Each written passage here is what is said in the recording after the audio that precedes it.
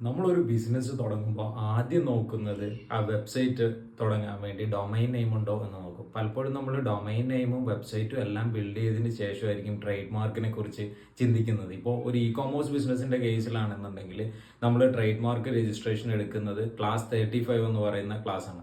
മൊത്തം ഏകദേശം 45ഓളം trade mark class ആണുള്ളത് ഓരോ ബിസിനസ് അനുസരിച്ചിട്ട്. അപ്പോൾ ഇപ്പോൾ 35 എന്ന് പറയുന്ന ഇ കോമേഴ്സ് ക്ലാസ്സിൽ നമ്മളുടെ ബിസിനസ് രജിസ്റ്റർ ചെയ്യാൻ വേണ്ടി നമ്മൾ IP-India online.gov.in എന്ന് പറയുന്ന വെബ്സൈറ്റിൽ പോയി കഴിഞ്ഞാൽ നമ്മുടെ ബിസിനസ് നെയിമും അതേപോലെ ക്ലാസ്സും കൊടുത്തു കഴിഞ്ഞാൽ നമുക്ക് അറിയാൻ പറ്റും നമ്മുടെ സെയിം ബിസിനസ് നെയിമിൽ ആരെങ്കിലും രജിസ്റ്റർ ചെയ്തിട്ടുണ്ടോ എന്നുള്ളത്.